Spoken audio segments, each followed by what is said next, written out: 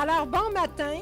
Vous savez, la QDR section Saint-Félicien dont vous faites partie compte 543 membres et notre territoire est à partir, c'est un grand territoire, c'est à partir d'en bas de la Côte-du-Cran de Saint-Prime jusqu'à Péribonka, en passant par Ladoré, Normandin, Saint-Thomas, Girardville, Albanel, Saint-Edmond-les-Plaines, et puis Normandin, et puis Sainte-Jeanne d'Arc, en tout cas, jusqu'à Péribonka, en tout cas, partout par là. C'est un grand, grand territoire. Dolbeau-Mistassini, bien sûr.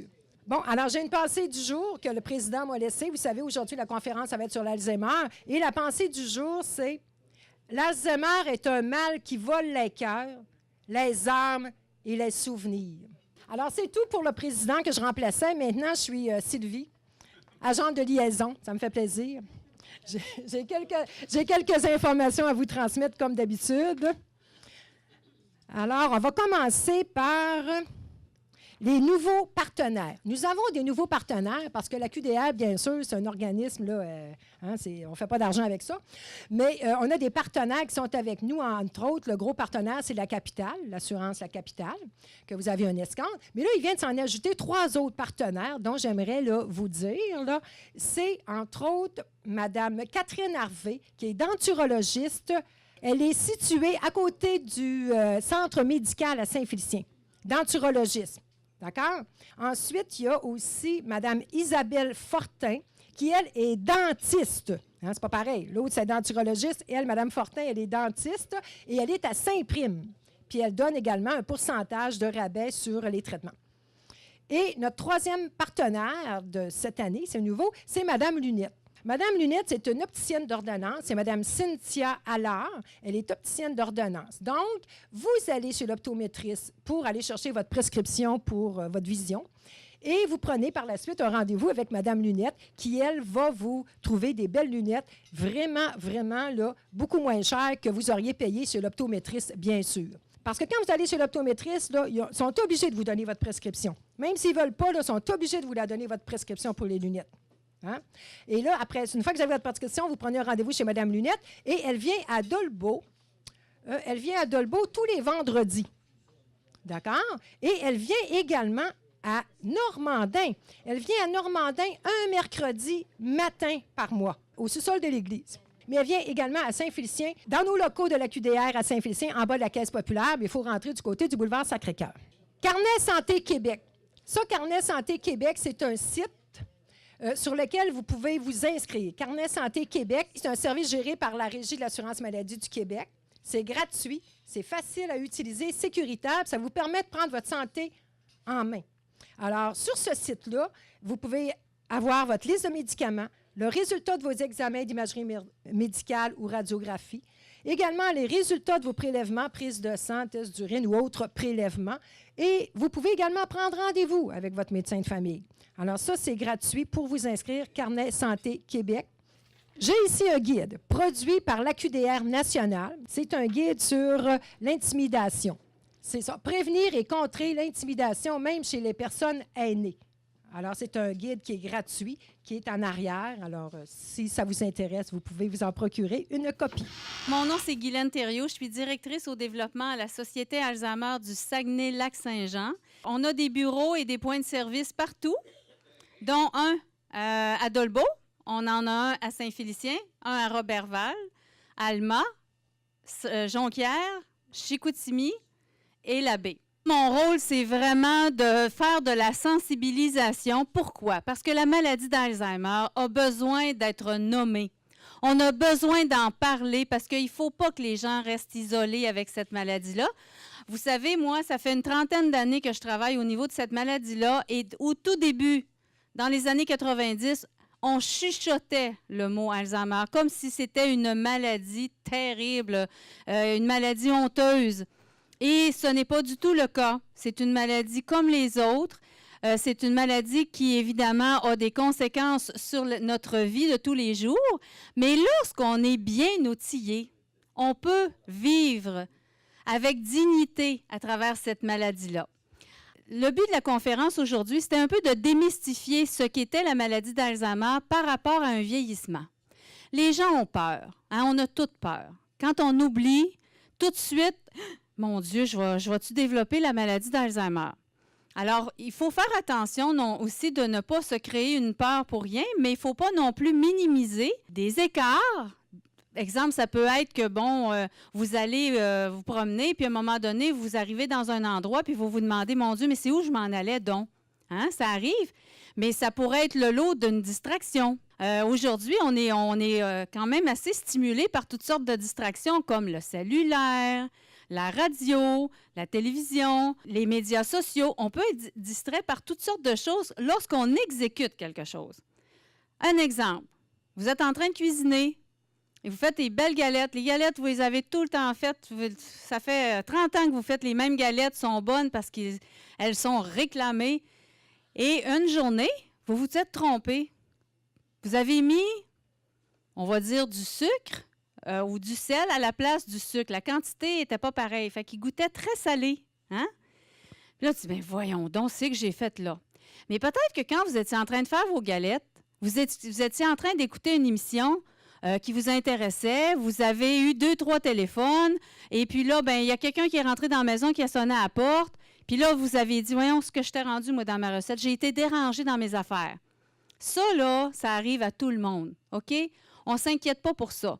Mais si, à un moment donné, votre cuisine, votre nourriture commence à goûter drôle, vous avez un peu de misère, dans le fond, à exécuter certaines tâches, bien là, peut-être qu'on devrait s'asseoir puis regarder s'il n'y a pas quelque chose.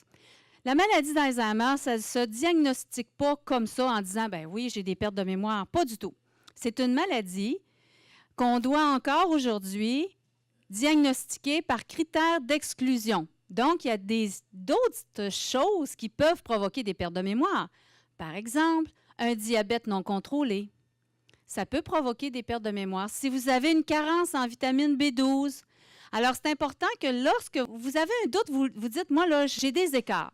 De plus en plus, j'ai des écarts. Je m'en rends compte. Je viens pour conduire ma voiture. J'oublie de faire un stop. Puis là, ma famille me dit, ben voyons, tu viens de me poser la question. Ça fait 2-3 fois que tu me poses la question et vous ne vous rappelez pas de la réponse. Allez consulter. Ça ne veut pas dire que vous avez la maladie d'Alzheimer, mais c'est important d'aller consulter. Puis la seule personne qui peut vous aider, ben c'est le médecin. C'est lui le spécialiste, c'est lui. Alors même si moi j'ai beaucoup de connaissances sur la maladie d'Alzheimer, je ne suis pas habilitée à donner un diagnostic parce que je ne suis pas un médecin. Il faut passer plein de tests. Alors, on y va par critères d'exclusion. Là, la liste est longue. On fait, bien, ce n'est pas ça, ce n'est pas du diabète, ce n'est pas la carence de vitamine B12. Si, exemple, vous avez eu un taux de cholestérol très élevé toute votre vie et mal contrôlé, bien, ça peut avoir des effets aussi. C'est un incident, ça, sur la maladie d'Alzheimer. C'est prouvé maintenant. Lorsque vous avez de l'hypertension artérielle qui n'est pas contrôlée, ça peut aussi avoir une certaine incidence sur la maladie d'Alzheimer. Les chercheurs commencent à trouver que l'aspect vasculaire, le cardiaque et tout ça, le cœur, ça a quand même un lien. Donc, la recherche fait des avancées. On n'a pas trouvé de remède, mais on commence à avoir tout de même des pistes. Ça, c'est important. La maladie d'Alzheimer, ça portait aussi le nom. Tu sais, les gens me disent « Ah, mais moi, ma mère, elle ne faisait pas d'Alzheimer, elle faisait de la démence. » Bien, la démence, bien, c'est pas un beau mot, on ne l'aime pas, mais bon, on n'a pas le choix, c'est un terme médical, on va vivre avec. Mais maintenant, on remplace ça par quelque chose qui peut s'appeler problème ou trouble neurocognitif. Ce que ça veut dire, c'est que c'est quand même, ça a un lien avec une dégénérescence des cellules de votre cerveau. C'est irréversible, bien sûr. Lorsque les cellules sont mortes, ils ne reviennent pas. Mais il en meurt tous les jours dans notre cerveau des cellules. L'affaire qui fait qu'on va conserver une mémoire plus longtemps, c'est qu'il faut le faire travailler. La mémoire, là, le cerveau, c'est comme un muscle. Hein? Si vous le faites travailler, ben, il va être plus fort. Donc, c'est important de faire des choses qui vont stimuler vos capacités cognitives. Alors, faites-en des jeux sur Candy Crush, là. Continuez à jouer sur vos tablettes, c'est super. Faites des mots croisés, faites des sudoku. Sortez un peu de votre zone de confort. Moi, j'appelle ça sortir de ma zone de confort, c'est essayer de comprendre des affaires qui sont un petit peu plus difficiles pour moi. Mettons, vous recevez votre cellulaire il tombe en panne et là, vous dites « Oh non, j'aurais tellement aimé mieux garder mon vieux cellulaire, je le comprenais comme il faut. » Bien, essayez d'avoir un nouveau cellulaire, puis essayez d'apprivoiser les nouvelles applications. Ça s'appelle sortir de sa zone de confort. Ça fait travailler vos méninges, hein? Ça fait travailler vos cellules du cerveau. Puis ce que ça fait, c'est que ça donne des connexions. Les connexions dans le cerveau, plus on les fait travailler, plus il y en a et plus on a accès à de l'information. Faire de l'exercice régulièrement, c'est très important aussi. On prévient l'apparition des symptômes, on les recule. La maladie d'Alzheimer, c'est pas quelque chose c'est pas une contamination, là. On n'attrape pas ça comme une grippe, OK?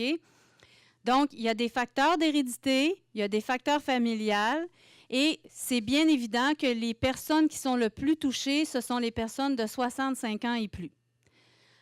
Alors, un autre facteur, c'est que pourquoi il y en a autant? Pourquoi il y a autant de monde qui sont atteints de la maladie? C'est parce que la population est vieillissante, hein? Et la population, elle est vieillissante et on vit plus longtemps. Alors, quand on est âgé de 85 ans, ça peut arriver, ou 90 ans, que notre mémoire ou notre système cognitif est un petit peu plus au ralenti. Mais ça ne vous empêche pas de faire vos activités quotidiennes. Vous savez comment vous habiller, vous savez comment aller faire vos commissions, vous payez vos comptes. Ça, c'est des affaires que vous étiez habitué de faire. À partir du moment que vous avez de la misère à tout faire ça, puis que là, ça s'embrouille, bien, consultez. Parce que des fois, ça pourrait arriver, comme je vous dis, que ça peut être autre chose. Et si, exemple, ça pourrait être une maladie d'Alzheimer, bien, il y a des médicaments qui aident. Tu sais, la concentration, souvent, là, hein, on a besoin de concentration, ça aide à ça. Il y en a ça fait des miracles, là. Sérieusement, là. Il y en a qui ça va très bien. Puis moi, je pense que la maladie d'Alzheimer, il y a quand même beaucoup d'espoir. C'est pas une maladie, ça évolue quand même sur plusieurs années. Puis quand on a un bon coffre à outils, là, hein, bien, ça fait une différence dans la vie de la personne qui est atteinte et dans la vie du proche aidant. Parce que là, j'y arrive, le proche aidant, souvent, il ne demande pas d'aide. Et là, c'est là que les problèmes apparaissent parce que le proche aidant, il se retrouve tout seul à faire tout seul. Il ne veut pas d'aide. On y tend une main, mais il est gêné, il ne veut pas trop. Alors, ce que ça fait, c'est que ça peut risquer de mettre en péril sa propre santé, là. Qui va prendre soin de lui si lui n'est plus en santé, puis qui va prendre soin de la personne qui est malade aussi? Alors ça a un impact. C'est pour ça que quand on parle de la maladie d'Alzheimer, il ne faut jamais oublier que les proches aidants autour doivent être autant outillés que la personne atteinte. Là, je reviens sur le fait de la démence. Hein. Souvent, les gens disent « Ah, mais c'est ça, hein, la sénilité, la démence et tout ça. » La démence, c'est vraiment un terme, c'est une maladie, dans le fond, qui attaque les cellules du cerveau, mais des fois, c'est à des endroits différents. Alors, prenons l'exemple d'un arbre. J'ai un arbre. Dans mon arbre, ben, j'ai des branches. Ma plus grosse branche, elle s'appelle la démence de type Alzheimer. L'autre branche à côté, qui est un petit peu plus petite, elle peut s'appeler la démence corps de Lewy. C'est aussi une maladie qui attaque le cerveau à des fonctions un peu différentes. Ça pourrait, dans cet arbre-là, j'ai une autre branche qui peut s'appeler démence de type vasculaire. Les démences de type vasculaire, c'est lorsque les petites cellules de notre cerveau éclatent, que vous avez sûrement entendu AVC, c'est ça. Donc, ce sont des cellules qui éclatent au cerveau, ça donne des hémorragies dans votre cerveau et c'est une forme de démence. Donc, ça peut causer des problèmes au niveau cognitif, ça peut toucher votre mémoire, votre langage, votre orientation et votre jugement. Alors voilà un peu c'est quoi la démence. Donc, une démence, ça porte un nom. Le diagnostic n'est jamais précis du vivant d'une personne. C'est toujours à l'autopsie, si on fait une autopsie, qu'on va savoir exactement de quelle forme de démence on avait affaire. J'aimerais ça juste vous mettre, vous savez, on parle beaucoup, nous, à la Société Alzheimer, on reçoit les familles. On les aide, on les informe sur la maladie, on les accompagne à leur rythme. On leur offre des groupes de soutien, des cafés-rencontres, du support téléphonique, on leur offre des rencontres familiales, on donne de la formation. On les supporte. À partir du moment qu'ils viennent cogner à notre porte, on les aide, on les prend en charge. Et ça, c'est sur plusieurs années. Parce que quand on a un diagnostic d'une maladie comme la maladie d'Alzheimer, quand le diagnostic tombe, ça fait souvent 7-8 ans que la personne a commencé à en faire, mais c'est très insidieux, on ne le voit pas trop arriver, là, tu sais. Mais à partir de ce moment-là, tout dépendant de l'âge, bien, si la personne est plus jeune, on en a, malheureusement, on a des personnes de 40 ans qui sont atteintes de la maladie, on en a dans la cinquantaine et on en a évidemment dans la soixantaine. C'est vrai que c'est triste, puis c'est aussi triste quand on a 75, puis c'est aussi triste quand on a 80. Sauf que quand on a 40 ou 50 ans, la maladie va évoluer beaucoup plus vite. Hein? Quand on a 85 ans, ça évolue beaucoup moins vite. Donc, ça pourrait, même la personne pourrait décéder de d'autres choses que finalement... alors, les étapes, les stades d'évolution de la maladie, c'est vraiment propre à chacun. Ça dépend de votre état de santé, ça dépend de l'entourage, ça dépend comment vous réagissez, comment l'environnement autour de vous aussi réagit.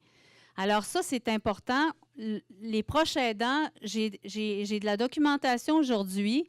Si vous en avez dans votre famille et vous n'avez pas demandé d'aide, s'il vous plaît, appelez-nous. On est vraiment chouette, je vous le dis. On est bon. C'est pas juste là, c'est qu'on va vous accompagner, mais à votre rythme. C'est vous qui allez décider. Nous, on va juste vous accompagner, on va vous aider, on va vous donner des trucs et vous ne serez plus tout seul. OK? Ça, là, je veux que ça soit bien clair.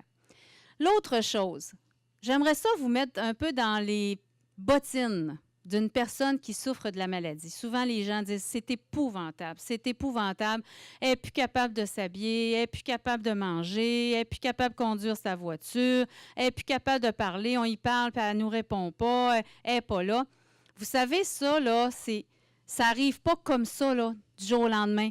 Il y a eu une progression dans la maladie. Ça commence, je vous dirais, au niveau de la mémoire des faits récents, OK? Donc, quand vous descendez en bas, vous cherchez une canne de soupe poulet et nouilles. Vous arrivez dans votre garde-manger, puis là, vous dites, voyons, c'est qu'est-ce que je suis venue chercher? Mais ça va arriver que, vous allez dire, voyons, qu'est-ce que je suis donc venue chercher, puis que je ne me rappelle pas. Et souvent, il faut reprendre les marches en haut, puis c'est rendu en haut qu'on se dit, voyons, c'est ça, fait que là, on redescend. Mais peut-être que quand vous avez fait le premier voyage là, pour descendre en bas, bien, il y avait peut-être une paire de bas sur le bord de l'escalier. Il y avait peut-être... ben oui, c'est ça, vous avez peut-être pensé à autre chose. Vous êtes arrivé en bas, vous aviez peut-être même aussi, vous avez dit hey, « c'est vrai, il ne faut pas que j'oublie, demain après-midi, j'ai mon rendez-vous chez ma coiffeuse. Ah, c'est vrai. Marcel vient souper samedi soir. » Vous avez fait un cheminement. Puis quand vous êtes arrivé devant votre garde-manger, vous ne vous en rappelez pas. Ça, là, ça arrive à tout le monde. C'est quand que ça arrive trop souvent. Là, il faut s'inquiéter un peu plus. C'est quand ça arrive trop souvent. Si vous faites dans la même journée, à moins que vous n'ayez pas dormi de la nuit, là, mais si ça vous arrive, vous oubliez ça, vous oubliez d'autres affaires, vous avez oublié un rendez-vous. Vous savez, moi, à un moment donné, j'ai connu une dame qui travaillait, était secrétaire dans un bureau, et elle nous demandait souvent les mêmes affaires. Mais écoutez, elle venait de commencer un nouvel emploi. Elle avait 52 ans, un nouvel emploi. Puis tu sais, c'est normal que quand tu as un nouvel emploi, même à cet âge-là, là, c'est jeune, 52 ans, mais quand même, ça demande. Hein? Et là, les premiers 6 mois, ben, on se disait, c'est normal, elle demande des choses, on y répète. Et là, on s'est rendu compte qu'après 1 an, ça ne s'était pas amélioré. Et là, on se disait, elle est douée, cette femme-là, elle est capable de retenir de l'information. Et à un moment donné, on m'a fait venir, je suis allée dans son bureau pendant qu'elle n'était pas là, okay, après les heures de travail, parce que l'employeur, il y avait un sérieux doute. Habituellement, on ne fait pas ça, là, je vous dis, parce que c'était une connaissance à moi. Il m'a dit, Guylaine, viens voir, moi, je suis un peu inquiet pour ma secrétaire. Je trouve qu'elle est vraiment, elle me demande souvent les mêmes affaires. Elle fait des erreurs dans sa facturation. Quand elle balance la petite caisse, ça ne marche pas. Il dit, là, je suis un peu inquiet. Je rentre dans son bureau. Et là, elle avait des post-it. Tu sais, tout le monde fait ça, écrire des petites notes ici et là. C'est pas le nombre de post-it qui m'a énervée. C'est que quand je me suis mis à lire sur les post-it, je voyais, mettons, elle s'était marqué, je sais pas, commander une caisse de vin. Je dis n'importe quoi, là. Une caisse de vin, la sorte Cabernet Sauvignon. pour Roger, mettons. Une autre fois, j'avais un autre petit coupon un petit peu plus loin. Roger veut une caisse de vin Sauvageon. Sauvignon, c'est ça. J'en prends pas bien, hein? Commander un vin rouge ou un vin blanc à Roger ou commander du vin, point d'interrogation, elle ne se rappelait plus à qui. Et là, je me suis rendu compte que sur peut-être la trentaine de petits papiers qui avaient collés un peu partout, elle en avait autour de son écran d'ordi, elle en avait dans son bureau, je voyais des informations à répétition. Les mêmes informations étaient répétées sur les petits coupons, sur les petits post-it. Et là, j'ai dit, OK, ouais, là, on a un problème, parce que normalement, tu sais, c'est pas... peut-être l'écrire 2 fois, c'est correct, là, mais 3, 4, 5 fois, la même affaire, c'est pas normal. Et là, on s'est mis à vérifier sa facturation. On s'est rendu compte que la facturation était déficiente. C'était pas 3, 4 factures, c'était une bonne pile de factures qui ont relevé dans la dernière année avec beaucoup d'erreurs de facturation. Et là, ils se sont rendus compte que la dame, elle avait vraiment un problème de mémoire. Et l'employeur a été obligé de la remercier. C'est pas drôle, là, tu sais. Alors, elle a perdu son travail et pas longtemps après, elle a perdu son permis de conduire parce que même quand elle venait travailler, elle était en retard, puis elle disait souvent j'ai pogné un trafic, il y avait un accident. Il y avait toujours quelque chose, mais on s'est rendu compte qu'elle ne savait plus où qu'elle s'en allait. Alors, voyez-vous, c'est ça. C'est des choses comme ça. Ça, là, c'est ce qu'on appelle, ça dérange la vie de tous les jours. La question, c'est est-ce qu'on doit en parler à la personne lorsqu'on remarque que ça? Moi, je pense que si vous avez un bon climat de confiance avec cette personne-là, oui. Vous savez, je pense que la pire chose qu'on fait, c'est ignorer ces écarts-là en disant, écoute, moi, là, je t'aime assez pour te dire que je remarque des choses. As-tu cette impression-là, toi aussi? Moi, je pose la question. As-tu cette impression-là? Est-ce que tu penses que tu as des problèmes de mémoire?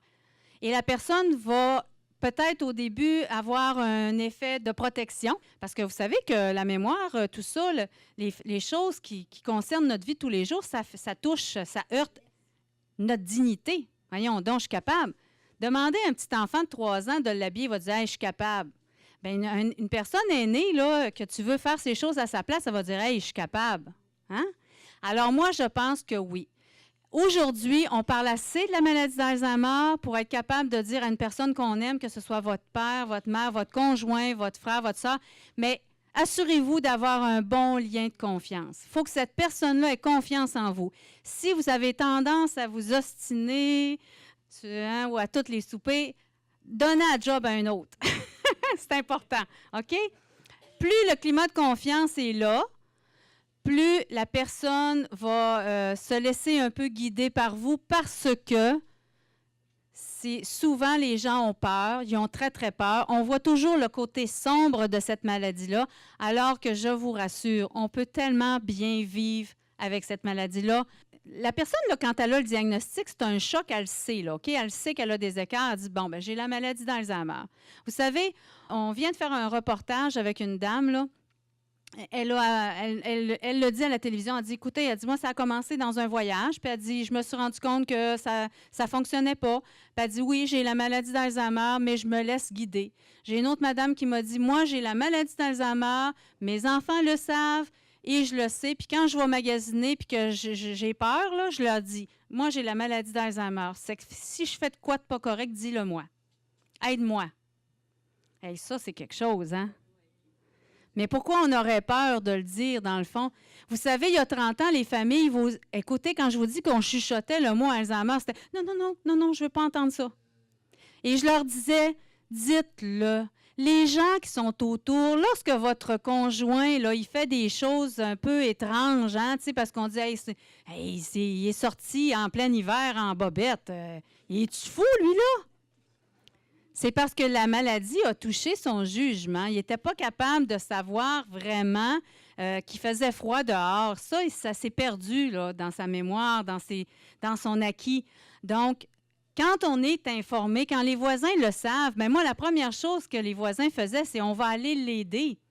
Hein, on va aller l'aider pour pas qu'il gèle dehors. Ou la madame qui est sortie avec son manteau de vison, il faisait 40 degrés dehors. On va essayer d'aider, on va comprendre. Puis quand on comprend, puis on sait, savez-vous ce qui se passe? bien, on ne juge pas. Alors, on protège la famille. Moi, je dis, protégez votre personne en le disant, n'ayez pas peur. C'est important que les gens autour le sachent pour que, justement, on mette un filet de sécurité. C'est le même qu'on appelle ça maintenant. Le filet de sécurité, c'est qu'il y a des gens autour qui aident. Puis quand on le dit, hey, là, les gens sont prêts à nous aider. J'ai un monsieur, il dit, moi, il dit, la pire affaire, c'est cuisiner. Il dit, moi, ma femme, c'était un cordon bleu. Puis il dit, moi, je suis de la... Je le dirai pas. Il dit, je suis pas bon. Je suis vraiment pas bon. Fait que là, j'ai dit, OK, qu'est-ce qu'on pourrait faire pour vous aider? Parce que lui, là, c'était ça un peu sa grosse bête noire. Alors là, on a fait venir la famille, puis on a invité des voisins, des amis. Parce que souvent, les amis, ils disaient, j'aimerais ça l'aider, mais je ne sais pas quoi faire. Alors moi, je leur ai donné des tâches. J'ai demandé, j'ai dit, qui aime cuisiner? Ça a levé la main. Bon, ben j'ai dit, est-ce que vous pourriez apporter 2 fois par semaine une bonne soupe à M. Tremblay? On va l'appeler M. Tremblay. Et là, j'ai dit à une autre personne, toi, là, si tu aimes cuisiner, veux-tu, quand tu fais une tourtière, là, fais-en une coupe de plats, amène-y, il congèlera. On va l'aider. Y en a-tu qui aimeraient ça, aller cuisiner chez eux une journée pour commencer à y montrer des petites affaires simples? Là, il y en a un autre qui a dit, oui, moi, c'est ça que je ferais. Bien, toi, à la semaine, là, il y avait des cadeaux, des galettes, de la soupe. Le monde était content, il y avait l'impression d'aider parce que la plupart des gens n'étaient pas à l'aise de parler avec son épouse, qui avait un petit peu plus de difficulté avec la communication. Et là, ils se sentaient, mais tellement entourés. Les gens avaient un sentiment de satisfaction. L'être humain, là, foncièrement, aime aider. Alors, si vous avez le goût d'aider, vous n'en avez pas dans votre famille nécessairement, vous avez peut-être un ami, contactez-moi donc, hein? On va se faire une belle réunion de famille, une réunion d'amis, puis on va entourer cette personne-là, elle ne sera plus jamais seule. Et on va la suivre dans ses étapes. Moi, souvent, je me trouve une raison pour entrer dans une maison parce que je veux aller porter quelque chose, mais je veux aussi la saluer, lui dire bonjour, passer un peu de temps avec elle. En même temps, avec le proche aidant qui, lui aussi, a besoin de ventiler. Vous savez, je pense que on n'est pas inhumain, sauf que la seule chose, c'est lorsqu'on a un diagnostic de la maladie d'Alzheimer, la personne qui souffre de la maladie, elle commence à moins s'intéresser à ses activités sociales. Donc, qu'est-ce qui arrive? C'est qu'elle reste de plus en plus à la maison. Le proche aidant, il peut sortir, mais là, plus ça va, plus il ne peut pas la laisser seule. Alors là, ce qui se passe, c'est que le cercle d'amis se rétrécit. Les gens qui souffrent, qui ont à prendre soin d'une personne atteinte de cette maladie-là, bien, ils se trouvent isolés. Et ce n'est pas voulu. C'est parce qu'on n'est pas à l'aise, on ne le sait pas. Puis plus on va en parler, bien, plus les gens vont tendre la main. Et plus on va en parler, plus les proches aidants vont accepter l'aide. Ça aussi, c'est une autre affaire. Les proches aidants n'acceptaient pas l'aide. Et là, à venir jusqu'à dernièrement, on en parle assez, on le dit. Une personne, un proche aidant qui prend soin d'une personne atteinte de la maladie d'Alzheimer ou d'une maladie apparentée, si elle n'a pas d'aide, ne survivra pas. Ça veut dire qu'elle va tomber malade avant. Que ce soit la maladie d'Alzheimer ou toute autre maladie ou toute autre conséquence, il ne faut pas avoir peur de demander de l'aide. Restez pas tout seul.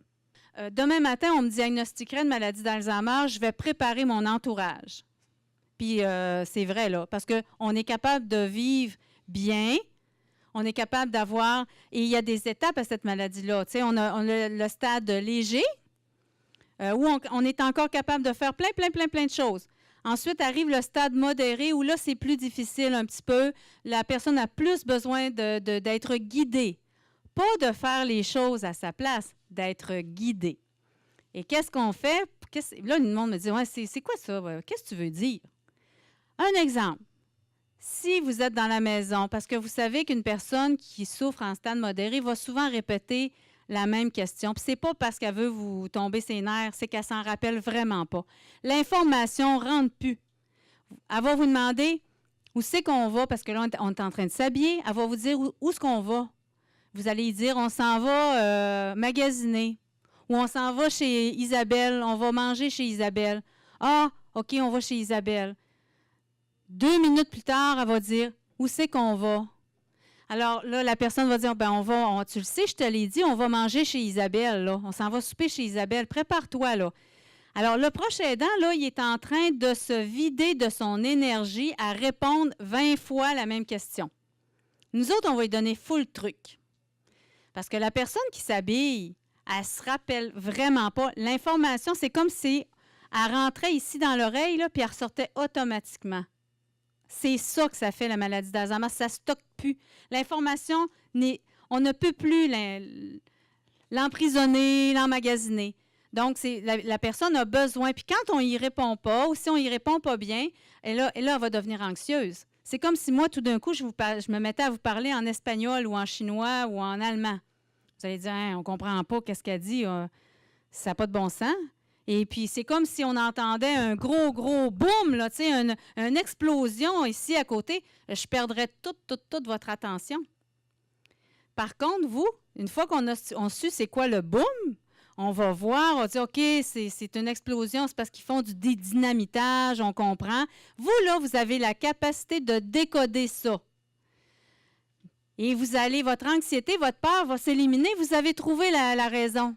Mais une personne qui souffre d'une maladie neurocognitive, elle n'arrive plus à décoder le bruit, puis même si on lui explique, ça peut arriver qu'elle ne le comprenne pas. Donc, ce qu'il faut faire, c'est qu'il faut la rassurer pour que cette anxiété-là, cette peur-là s'en aille, puis qu'on remplace ça par une émotion meilleure. Pourquoi? Parce que la maladie d'Alzheimer, ça touche la mémoire, le langage, l'orientation, toutes vos capacités cognitives, mais ça ne touche pas le cœur, ça ne touche pas les émotions. Alors, une phrase peut-être des fois à retenir, c'est « Le cœur retient ce que la mémoire oublie ». Ça veut dire que la personne a le peur. Il y a quelque chose qui l'a fait sursauter. Il y a quelque chose qui l'angoisse, qui provoque de l'anxiété. Ça arrivé à cause de quelque chose, mais quelques minutes ou quelques secondes plus tard, elle ne se rappelle pas pourquoi. Qu'est-ce qui se passe? C'est qu'elle va garder cette peur-là, cette anxiété-là, même si on l'a expliqué et expliqué. Fait qu'il faut changer ça. C'est là qu'on fait diversion. On l'amène faire quelque chose qu'elle aime. À chaque fois qu'on a un proche aidant, on rencontre une famille, on dit « Votre personne, elle aime quoi? C'est quoi qu'elle a fait dans sa vie? » On s'intéresse à elle. On ne regarde pas la maladie. Non. On regarde elle. On s'intéresse à elle. Elle faisait quoi dans la vie? C'est quoi qu'elle aime? C'est quoi qu'elle n'aime pas? C'est quoi ses sujets? Tout, on pose plein de questions et là, on s'aperçoit que on ne travaille pas avec ce qu'elle est plus capable de faire, on travaille avec ce qu'elle est encore capable de faire. C'est ça, l'important. Oui, monsieur. Donc, j'ai une personne un peu plus âgée, en haut de 90 ans, mais qui ne sait pas qu'elle a une maladie qui ressemble à l'Alzheimer. Elle n'a pas eu de diagnostic encore. Est-ce que c'est important qu'elle le sache? Parce qu'elle me dit, c'est ma mère, on va la voir souvent, elle me dit qu'elle est folle. Ben, je lui dis, non, vous êtes âgé. C'est différent. OK, c'est vrai. Puis si elle te dit, elle dit, je suis folle, c'est parce que dans sa tête, ça se bouscule, OK? Alors, on pourrait lui dire, écoute, maman, ça se pourrait très bien que souvent, à cet âge-là, on pourrait rencontrer une maladie qui pourrait ressembler à la maladie d'Alzheimer. Donc, c'est pas de la folie, pas du tout. Rassurez-la, elle n'est pas folle, pas pantoute. Et c'est pas à cause de l'âge non plus, c'est pas parce qu'on vieillit qu'on vient fou. Non, c'est pas de la folie. Puis je lui dis que j'ai moins de mémoire qu'elle, puis j'ai quand même 30 quelques années de moins. Oui, hein? Mais rassurez-la, puis vous pouvez lui dire, parle-moi-en, maman. Parle-moi de ce que tu... Qu'est-ce qui te fait le plus... Parce que là, elle est inquiète, OK? Elle doit être inquiète. Je ne sais pas, est-ce qu'elle reste encore dans sa maison? Non, elle est en foyer, très bien suivie. Là. Ah, OK, bien suivie. Il y a du monde qui vont tous les soirs voir si les portes sont fermées, tout est correct. Là. OK. Il lui donne ses médicaments, il vérifie si elle les prend. Tout est un très bon contrôle. Elle est à Alma dans un gros foyer. Bon. Et c'est très bien, ce côté-là. C'est juste parce qu'elle a une angoisse, parce que dans sa tête, la maladie d'Alzheimer, c'est très épeurant. Oui. Ben, je lui ai dit, si ça commence à votre âge, le développement va prendre encore une trentaine d'années. Ça vous donne 120 ans. Pas être correct. Ben, c'est bon, voyez-vous, l'humour, mais sérieusement, l'humour va vraiment vous aider à la calmer, à faire de ça. Mais il faut juste pas nier ça. Non, c'est sûr, Hein? quand elle me dit, il me semble que je te l'ai déjà dit, mais c'est des fois bon que vous en rappeliez, puis ça fait moins de sujets de conversation à sortir, on répète les mêmes, puis ça va très bien. Ben vois-tu, c'est excellent. Et elle sait, hein, elle vous le dit, je pense que je te l'ai posé la question, hein, je pense que je me répète. Hein. Alors, quand quelqu'un dit, non, pas de problème, mettons qu'on cache ça, c'est là qu'elle va dire, voyons, Maud t'a dit, pourquoi j'ai tout le temps cette sensation-là, je me cherche. Elle doit se chercher un peu dans son logement. Oui, puis elle commence à avoir des problèmes de langage. De langage. Ses mots. Oui. C'est correct. Exactement. Et il ne faut pas minimiser ça sur l'âge seulement. On dit, oui, à un âge avancé, notre cerveau est un peu plus au ralenti. Mais si jamais le mot Alzheimer lui fait peur, bien écoutez, vous pouvez aussi lui dire, ça peut être des problèmes de mémoire. C'est ce que je lui ai dit. Il y a beaucoup de maladies qui peuvent arriver, qui ressemblent à ça, mais qui ne sont pas obligatoirement appelées Alzheimer. Si le mot Alzheimer la met dans un état d'anxiété, dites-le pas. C'est tout. Exactement. Merci. Ça s'appelle accompagner quelqu'un à son rythme. Elle n'est pas prête. Alors, elle n'est pas prête à entendre ça. Et à l'âge qu'elle a, ça va être vraiment très lent. Fait que là, elle est dans un épisode peut-être un petit peu plus... Des fois, ça peut venir du fait que ça fait peut-être pas longtemps qu'elle a déménagé. Il faut qu'elle fasse ses repères. C'est une des choses qu'elle oublie, c'est depuis quand elle est là. Puis elle a un problème, elle a une anxiété de dormir seule. Mon père est décédé il y a 8 ans. Puis toutes les fois qu'il va la voir, elle dit « Ce soir, je pense qu'il va dormir tout seul. » C'est la première fois que ça m'arrive. Ouais. Ça fait 8 ans qu'elle dort. Voyez-vous, ça, j'aime vraiment votre commentaire, puis ça va me permettre de vous expliquer pourquoi, des fois, ils ne reconnaissent pas les gens autour d'eux. Tu sais, la famille dit, ce qui est le plus triste pour moi, c'est que je reconnais pas, elle me reconnaît pas, ou elle cherche notre père qui est décédé, ça fait 15 ans. Alors, ça pourrait arriver que si vous ressemblez à votre père, qu'elle vous dise « Ah, c'est mon mari », elle pourrait vous présenter comme étant son mari. C'est parce que dans sa tête, vous n'avez plus du tout le même corps, vous n'avez plus le même visage. Et quand ils se voient dans le miroir et qu'ils disent « Gars, il y a quelqu'un, moi, dans ma chambre de bain, à tous les fois, je vais aux toilettes, ça m'énerve. » C'est parce qu'elle ne se reconnaît pas dans sa mémoire, son visage, il n'est plus le même. Il n'est pas comme ça. Hey, une vieille femme dans mon miroir. Parce qu'elle a un visage d'une femme peut-être de 50 ans, de 40 ans. Avec des cheveux de couleur, là, elle cheveux blancs, frisés, des lunettes. J'ai même pas de lunettes. Moi, c'est pas moi, ça. Voyez-vous? Alors, c'est pour ça qu'il faut faire attention en disant « Ça me donne plus grand-chose d'y aller, elle me reconnaît pas. » C'est pas vrai. Le lien est encore là. C'est juste qu'elle sait plus comment vous nommer, comment vous... Puis même si vous lui dites « T'es mon fils », ça va dire « T'es pas mon fils. »« Ah, t'es mon fils? Ah oui. » Voyez-vous? Ah, ça va, des fois, ça revient, là. Est-ce que c'est bon de travailler pour lui faire revenir la mémoire? Parce que moi, souvent, elle ne sait pas qu'elle reste là ou elle ne sait plus depuis combien de temps. Puis je lui demande qu'est-ce qu'elle a mangé pour dîner. Puis avec qui elle était quand elle a mangé? Parce qu'il y a une de mes tantes qui est là aussi, une de ses sœurs. Puis là, elle se rappelle de sa sœur, puis elle revient, puis c'est tout sur place. Là, on dirait que la mémoire revient. Absolument. C'est important de les faire parler. Peut-être pas des questions aussi précises que ça, parce même que si elle ne répond pas, je pose des questions. Oui, c'est ça. Qu'est-ce que tu as mangé? Tu sais, moi, c'est comme si on me dit « Qu'est-ce que tu as mangé hier soir? » Il faut que je dise « Attends un peu, je vais y penser. » Oui, mais je lui demande de souper, c'est quelques minutes avant. Ah, OK, c'est bon. Mais l'important, c'est de dire « T'es bien ici, c'est beau, c'est une belle résidence. » C'est ça, il faut mettre l'accent sur ce qu'elle vit. Puis oui, c'est vrai que ça fait 8 ans que tu es ici, ou ça fait 5 ans, ou ça fait 2 ans. C'est important de l'aider à se situer un peu. Oui. Je pense qu'il est important aussi, c'est quand ils vivent une anxiété, c'est de les ramener dans le moment présent. Qu'est-ce que vous voulez dire? Ma tante m'avait demandé à un moment donné, dans le milieu de nulle part, on regardait une émission à la télévision le soir, elle dit « Pourquoi ça m'arrive, ça, à moi? » Fait que là, c'était un moment d'anxiété. Je lui ai dit, là, elle habitait avec moi, là, à ce moment-là. Je lui ai dit « Regarde, j'ai pas de réponse à ça. Je peux pas te répondre, mais c'est-tu important? » J'ai dit, ce qui est important, là, est-ce que tu es bien ici, maintenant? Bravo. Elle a dit oui. Bravo. J'ai dit, regarde, c'est ça qui est important. Exactement. Puis on s'entend bien, puis on continue. Oui. C'est de la calmer simplement en la ramenant dans le temps présent. Exactement. En fait, c'est qu'elle a vie au moment présent. Là, elle a confondu ce qui s'est passé à la télévision en pensant que c'était à elle. Ça, c'est aussi un phénomène, mais je ne peux pas aborder ça aujourd'hui avec vous, c'est trop long, mais il reste que, bon, il y a une confusion dans la perception des choses, OK? L'important, c'est pas ce qui a nécessairement déclenché ça, c'est comment on ramène ça, comment on désamorce le moment. Elle est inquiète, on la rassure. Par quoi? On fait diversion, l'humour, je vous le dis, l'humour, c'est très drôle. Alors, si, exemple, elle voit quelque chose à la télévision, tu sais, il y a un monsieur, à un moment donné, la madame a dit, on écoutait des films le soir, le samedi, on écoutait Terminator. Il voyait des fusils partout. Bien là, j'ai dit, peut-être que c'est pas une bonne idée d'écouter Terminator, là. faut quand même faire le choix aussi des émissions, là. Il faut vraiment essayer d'avoir, disons, des sujets qui sont le fun pour elle aussi, tout en n'étant pas agressants. Oui. J'étais à Dolbeau, OK, puis je me suis parquée au centre d'achat. Puis à côté de moi, il y avait un auto avec une personne qui faisait de l'Alzheimer. L'auto était barrée, puis elle avait laissé dans l'auto sa vitre ouverte de ça. Mais c'était sa sœur. Elle était pas la conductrice. Elle attendait dans l'auto comme ça. On fait quoi, tu penses?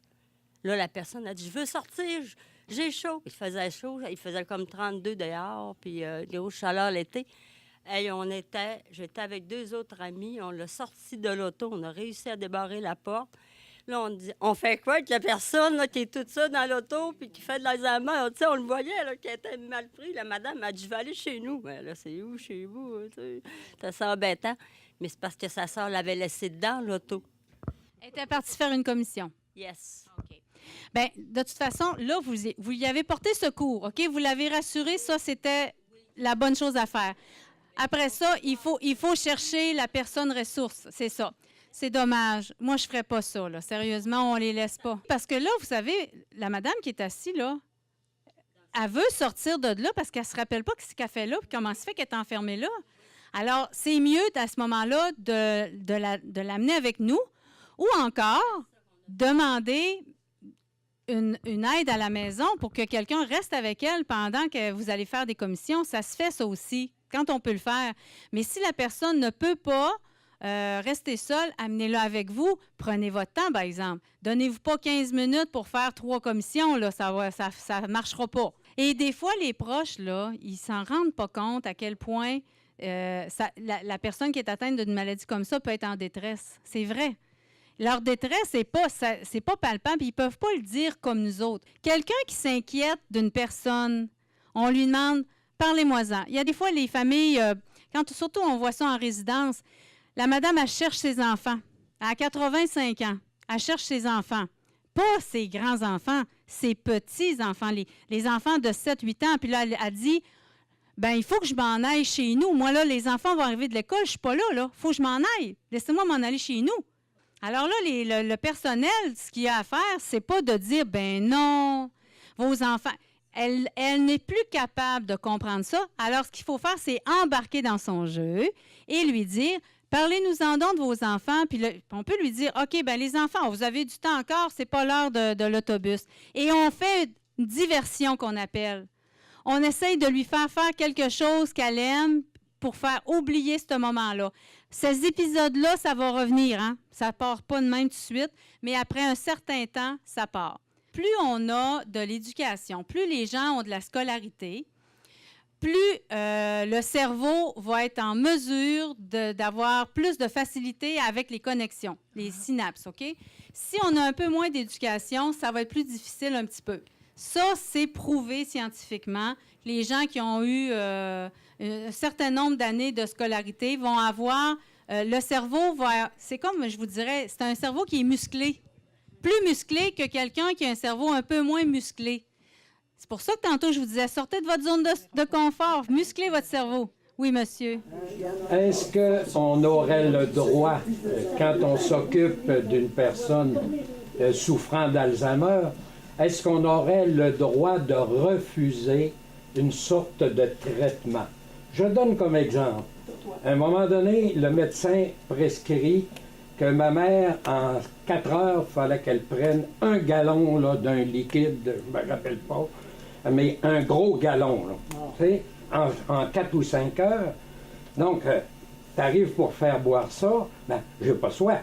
Là, tu y expliques, c'est des médicaments, mais en 4 heures, prendre 1 gallon, là, ça veut dire qu'au bout de 10 minutes, il faut que tu t'en fasses boire encore un petit peu.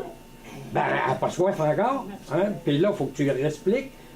Ça veut dire qu'il faut quasiment que tu te chicanes pour que ce gallon-là se boive.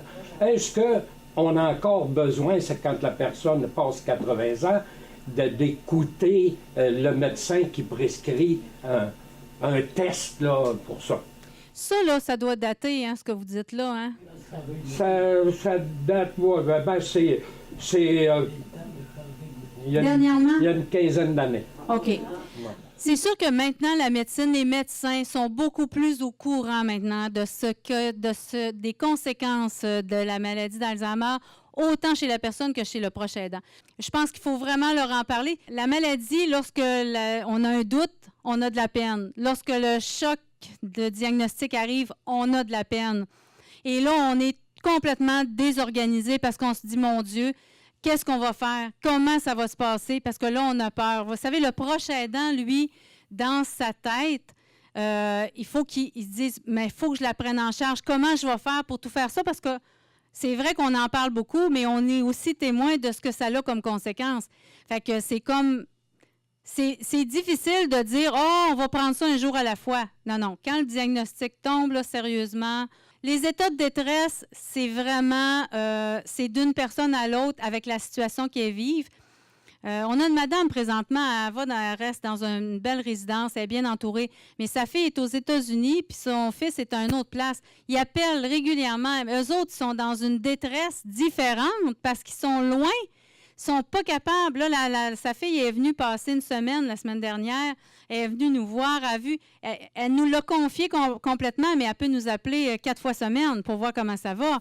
Alors, nous, on est là pour y répondre. Donc, la détresse d'une personne, elle est répondue normalement avec les besoins. Fait que oui, on en a de tous les...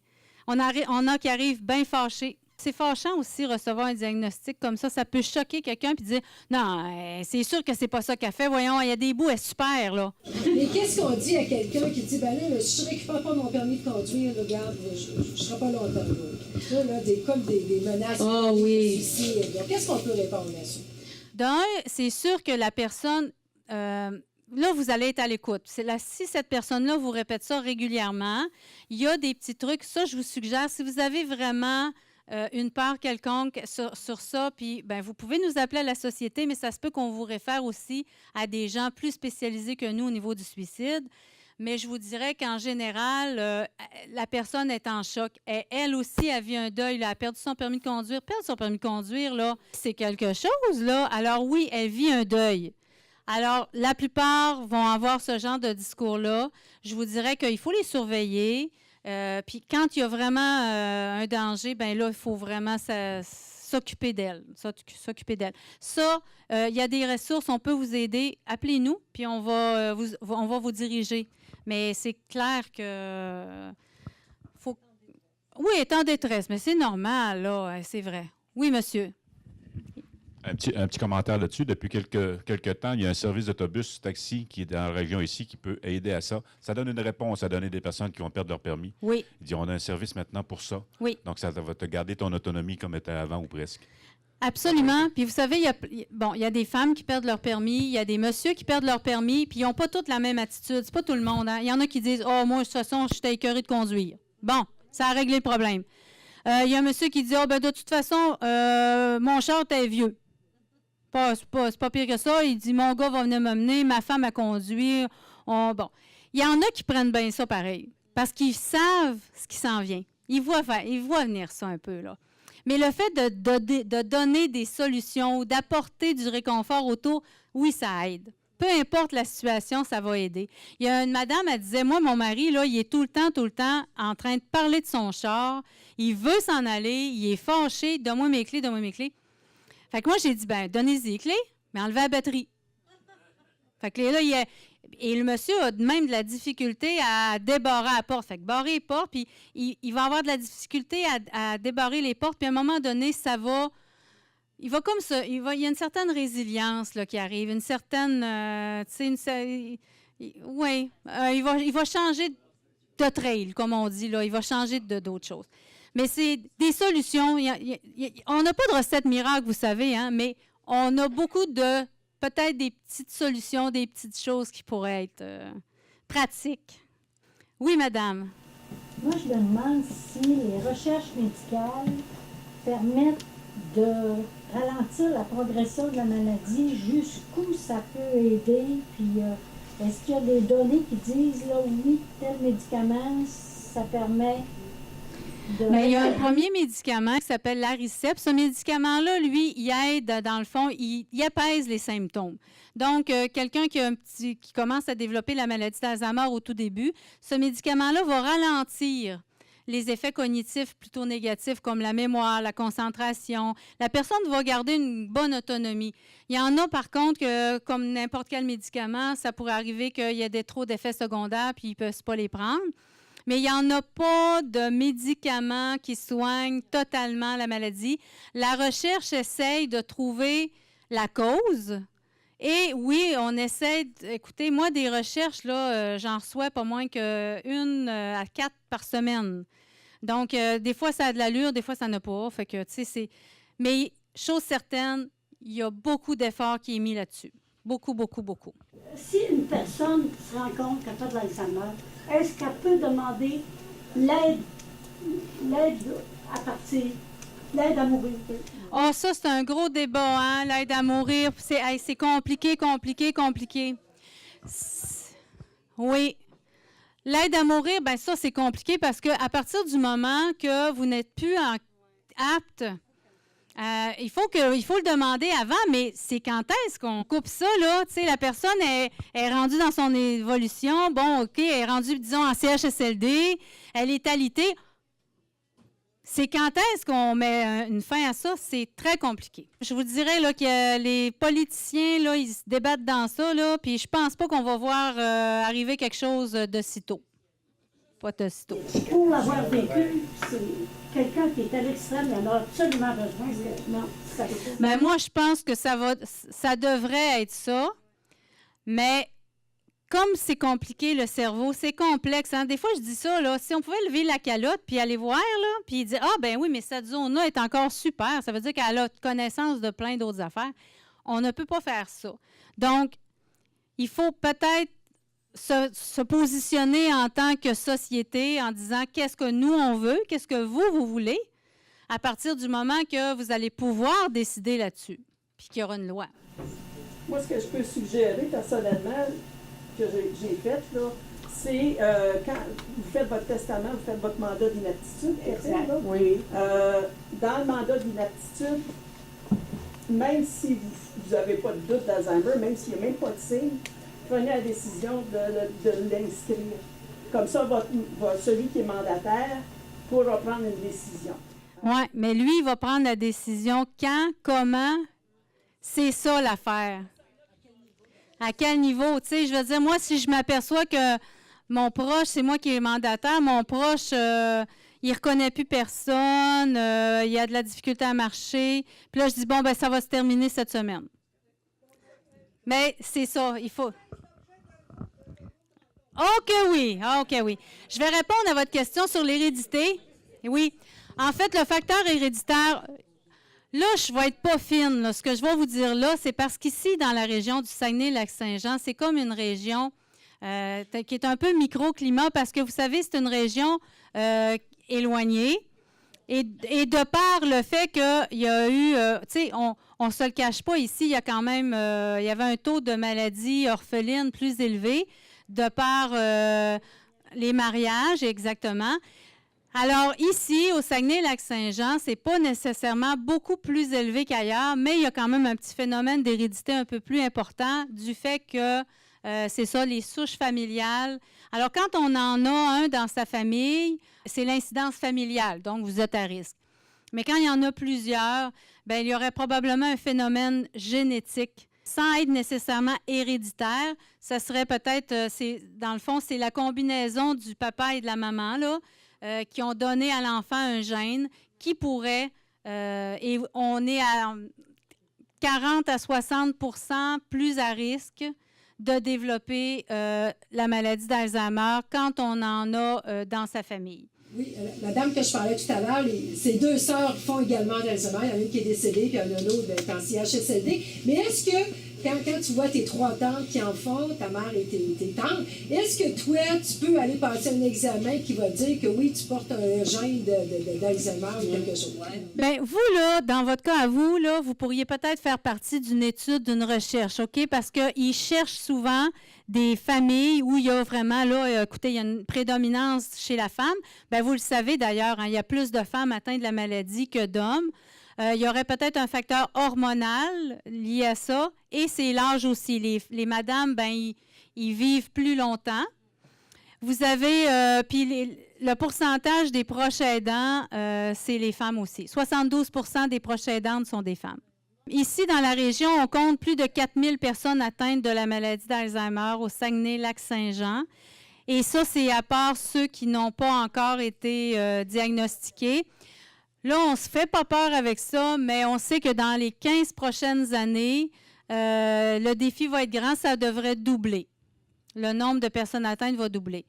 Donc, c'est sûr que, vous savez, la proportion de gens atteints est plus élevée chez les gens de 80 ans et plus. Après ça, on descend entre 65 et 75.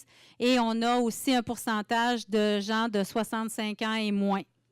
On offre aussi un style de formation pour être un bénévole, accompagner des gens, les familles. Si vous avez des gens, vous voulez faire partie d'une équipe comme ça, vous aimeriez vous regrouper, moi, je peux venir vous donner une formation d'une journée complète. Parce que dans une famille, là, il y a plusieurs membres, puis ils ne voient pas la maladie de la même façon. Leur implication n'est pas de la même façon. Réunissez une famille, téléphonez-moi et je vais être là, je vous le promets. Parce qu'on va démystifier la maladie tout en donnant aussi plein de formations. Quand je dis de la formation, ça a l'air école, mais c'est pas ça. C'est vraiment d'expliquer, donner des trucs. Puis on a des conseillères qui travaillent aussi dans le secteur. Je les invite avec moi et cette personne-là continue à faire le suivi avec vous. Elle vous invite dans les services. Elle fait le suivi de tout ça. Faut pas, vous savez, notre équipe grossit et parce que c'est la demande qui le veut.